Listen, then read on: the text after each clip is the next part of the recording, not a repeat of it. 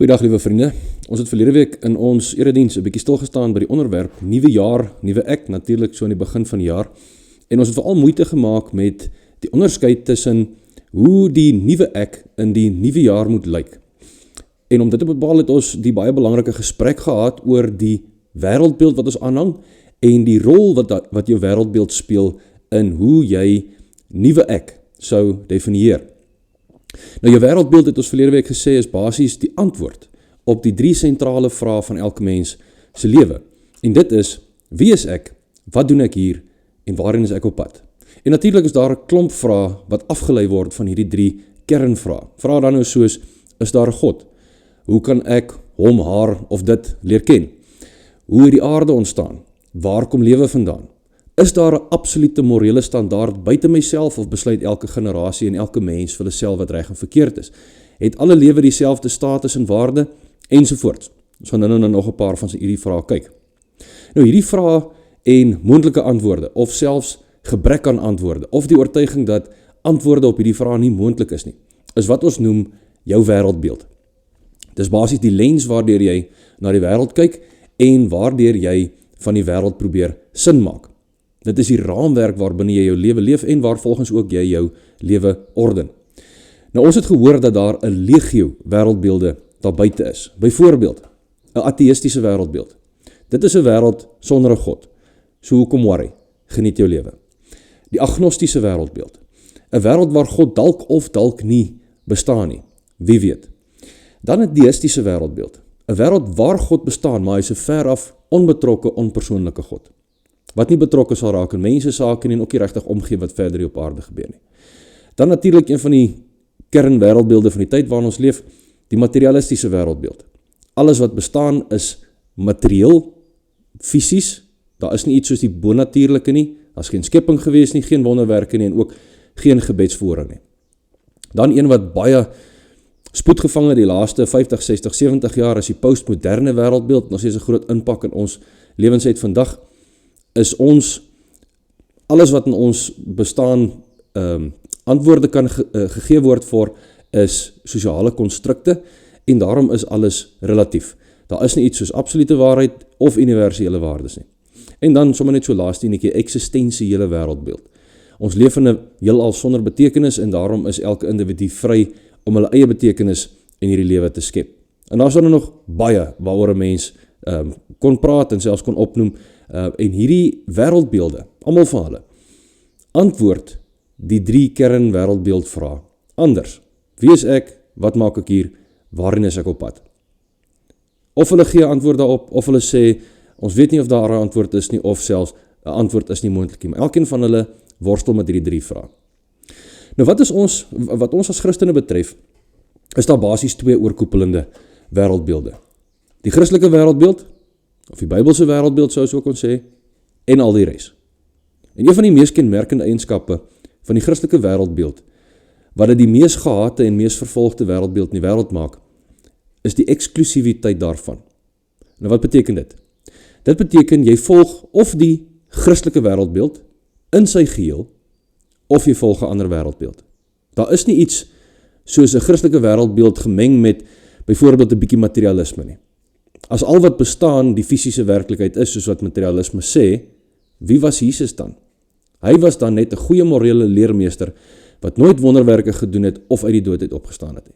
Verseker nie die vleesgeworde seun van God, wat kom sterf het vir die sonde van die wêreld nie, want bonatuurlike dinge is mos nie moontlik nie. Daar is nie iets soos 'n postmoderne Christelike wêreldbeeld nie. As soos wat die postmodernisme sê, daar geen absolute waarheid of universele waardes is nie, is die Bybel niks meer as 'n oulike storieboek waaruit ek kan vat en los soos wat ek wil nie. 'n Christen kan ook nie agnosties wees nie. Ek volg en luister na Jesus, maar ek is nie seker of God regtig bestaan nie. Die feit dat daar 'n God is wat 'n persoonlike belangstelling in jou lewe het en intiem by jou lewe betrokke wil wees, is die essensie van ons Christendom. Ek kan nie die 2 wêreldbeelde met mekaar vermeng nie. So wat die Ou Testament vir ons gee, saam met wat Jesus en die skrywers van die Nuwe Testament vir ons gee, is 'n samehangende en 'n totaal omvattende wêreldbeeld. Dit gee vir ons 'n raamwerk waarbinne ek en jy ons lewens leef en waar volgens ek en jy ons lewens orden.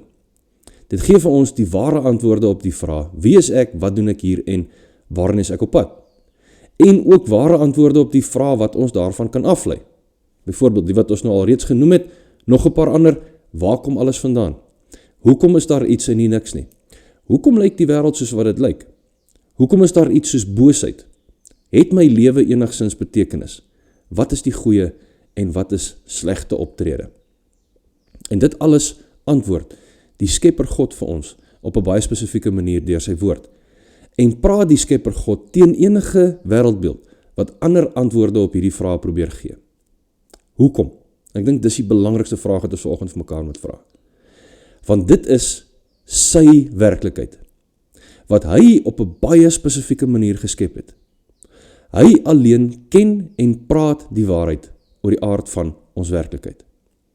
Soos ons net nou gesê het, Christendom is die mees gehate en mees vervolgde wêreldbeeld oor hierdie rede. Dit is 'n eksklusiewe wêreldbeeld. Dit laat nie vermenging toe nie, dit laat nie afwatering toe nie, dit verleen hom nie aan verandering of verdraaiing nie. Want dit is nie, soos al die ander, 'n mensgemaakte wêreldbeeld nie. Dit is die Skepper van die wêreld wat vir ons vertel hoe hy die wêreld aan mekaar gesit het.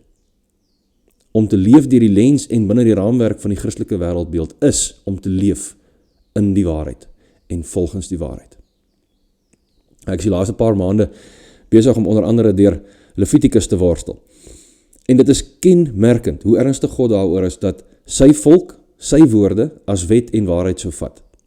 Elke keer as God vir hulle voorskrif gee of vertel hoe 'n ding veronderstel is om te werk, of hoe hulle veronderstel is om 'n ding te verstaan, eindig hy daardie stelling met een van 'n paar frases waarop dit neerkom is, ek, die Here, is julle God. En dis hoekom hierdie stelling waar is, of dis hoekom julle hierdie stelling gaan doen. Of jy moet ontzag hê vir jou God. Jy doen dit, omdat ek jou God is. Jy dink so, omdat ek jou God is. Met ander woorde, hierdie is die laaste woord hieroor. Dis nie op vir bespreking nie. Ons gaan nie daaroor redeneer of 'n demokratiese stem roep of ons dit wil aanvaar of nie. Nêrens in die hele Bybel het ek al ooit gesien of moontlik die gevoel gekry dat God sê, dis hoe ek dink dit behoort te wees, maar hoe dink julle nie? Dan verander ons dit. Of dis wat ek in gedagte gehad het toe ek dit geskep het. Maar as julle voel dit moet ander wees, kom ons pas dit 'n bietjie aan. Die eksklusiwiteit van die Bybelse Christelike wêreldbeeld is vir wêreldse mense en ook vir selferkende Christene wat baie wêrelds geraak het, geweldig aanstootlik. Want die kernwaardes van die heersende wêreldse wêreldbeeld is onder andere hierdie 4. Diversiteit. Ons het nodig om soveel moontlik verskillende sienings, oortuigings en beskouings, met ander woorde soveel moontlik verskillende wêreldbeelde te betrek, dat ons by mekaar kan leer en mekaar kan verryk. Daarom dat een verslag by ons vorige algemene synode in 2023 aanbeveel het, dat ons as NG leierskap en lidmate meer kruisbestuiving met moslems moet hê, omdat hulle waardevolle insigte oor God het, waarby ons as Christene ook moet leer. Diversiteit. Want alle wêreldbeelde is gelyk en alle wêreldbeelde is belangrik. Pluralisme. Julle sal hoor baie van hierdie, of eintlik al hierdie waardes het baie met mekaar samehang. Pluralisme sê, alle wêreldbeelde is geldig. Een wêreldbeeld is nie meer waar of meer belangrik as die volgende nie. En dan het ons dit baie hoor in ons op die markplein vandag, inklusiwiteit. Niemand mag voel dat hulle of hul wêreldbeeld uitgesluit word nie. So alle wêreldbeelde moet ingesluit word. En dan die laaste een, verdraagsaamheid. Wat oorspronklik beteken het, ons hoor ook daarvan in 1 Korintiërs 13, die liefde is verdraagsaam, dit verdra alles.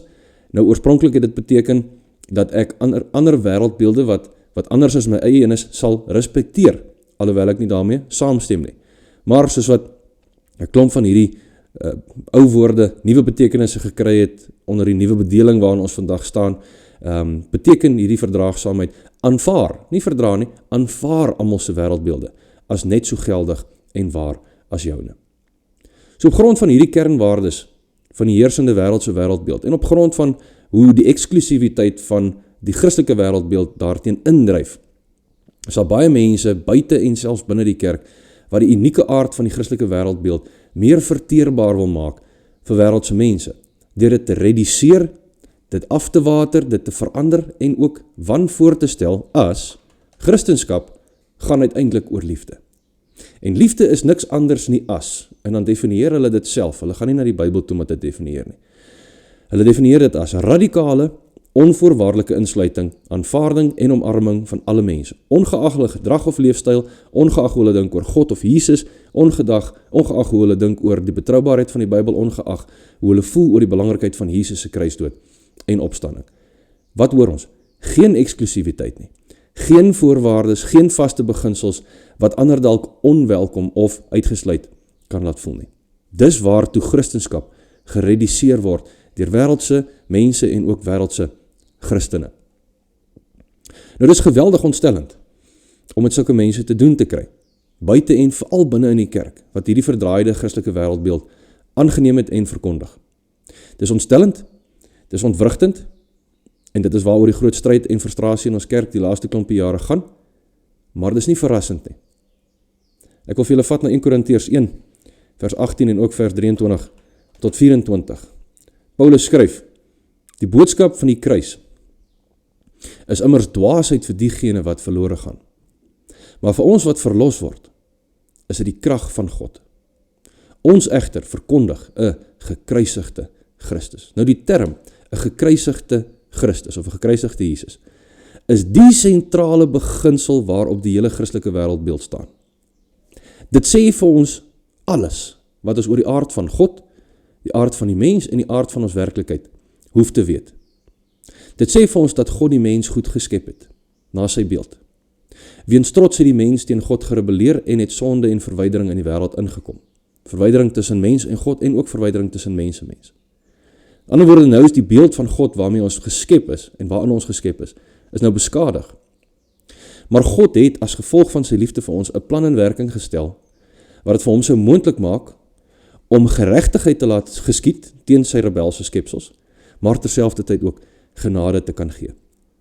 Die seun van God, Jesus Christus, moes mens word, soos ek en jy, en 'n sondelose lewe leef, wat ek en jy nie kon doen nie, sodat hy in my en jou plek 'n sondaar se dood kon sterf, en daardeur 'n sondaar se straf kon dra. En nou, op grond van God se genade, kan Jesus se perfekte onskuld aan my en jou toegesê word, sodat daar weer vrede tussen ons en God is, en die vooruitsig van ewige lewe by hom. Dis die Christelike wêreldbeeld in 'n neutedop. En ons hoor dus 'n omvattende, van begin tot einde, alles ingesluit, vertelling van die aard van God, van onsself en ons werklikheid. Nou, dit is die essensie van die verhaal van Genesis tot Openbaring. 'n Samehangende, omvattende wêreldbeeld. En dan sê Paulus verder, vir die Jode is dit die gekruisigde Christus en die hele wêreldbeeld waarop dit gebou is. Of wat daar uit hierdie term uit voortkom. Vir die Jode is dit 'n struikelblok. En vir die nie-Jode, dis nou die Grieke van daai tyd en al die ander gelowiges, of al die ander nasies, dit sluit ons ook in vandag, vir die nie-Jode is dit 'n dwaasheid. Wat is hierdie struikelblok en wat is hierdie dwaasheid? Die eksklusiwiteit van Christus en die wêreldbeeld wat hy kom verkondig het. Maar vir diegene, vers 24, wat geroep is, Jode sowel as Grieke, is Christus die krag van God en die wysheid van God. Nou, sommige van julle het dalk die video-onderhoude wat ek met Prof. Nelis Niemand en Dr. Louis van der Riet verlede jaar gehad het gesien, en beide Prof. Nelis en Dr. Louis het groot platforms in die amptelike gesprekke in die NG Kerk en oefen daarom 'n groot invloed uit op hoe baie van ons NG-lidmate oor sekere fasette van die kerk en van die geloof dink. En natuurlik ook van die Christelike wêreldbeeld. En een van die kerngoed wat ek uit hierdie twee gesprekke opgemerk het, is juist die vermenging van die Bybelse Christelike wêreldbeeld met elemente van die heersende wêreldse wêreldbeeld. Elemente soos inklusiwiteit, pluralisme, diversiteit en verdraagsaamheid. Hulle verteenwoordig dus hierin 'n groot lidmate in die NG Kerk en natuurlik ook ander denominasies ook, wat 'n ongemak ontwikkel het met definisies, vaste onveranderlike oortuigings, kerklike en teologiese tradisie en ons doktrine. Die fondasie en die boublokke van ons Bybelse Christelike wêreldbeeld het hulle ongemak mee ontwikkel. En dat hulle, al sou hulle dit nooit so noem nie, hierdie fondasie en boublokke begin vervang het, met definisies en oortuigings en tradisies en doktrines wat kom vanuit ander wêreldbeelde. En jy sit gevolglik in 'n groot klomp gemeentes en in 'n groot klomp lidmate se koppe met 'n tipe Frankenstein Christenskap, wat uit verskillende wêreldbeelde saamgestel is, en eintlik nie meer as Bybelse Christenskap erken kan word nie. Ek lees in die week 'n artikel van Ingolf Delfert, wat hierdie vermenging van die Christelike wêreldbeeld met 'n wêreldse wêreldbeeld 'n cafeteria godsdienst noem. Wat vir my so gepas is, want wat maak jy in 'n cafeteria? Jy vat jou bordjie en jy gaan staan in die ry voor die tafel met al die verskillende kospotte en bakke, soortgelyk aan 'n hotel of 'n lodge se buffet tafel, en jy kies. Ek is lus vir hierdie en hierdie vleisie, ek sit dit op my bord. Ek is nie lus vir hierdie groente of daai slaai nie, hou verby. Maak asseblief vir my omelet met hierdie vulsel, maar nie met daardie vulsel nie. En dan gooi ek vir my die sappie waarvoor ek lus, uit al die sappies wat daar staan, en ek gaan sit en ek eet smil lekker aan al die verkose kos op my bord. Met die gerusstelling dat daar niks op my bord is waarvoor ek nie lus is nie. Wat ek voel ek moet eet, al wil ek dit nie hê nie.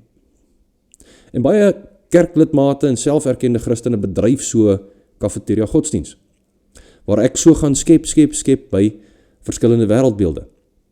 En uiteindelik niks op my wêreldbeeldbord het wat nie na my smaak is nie.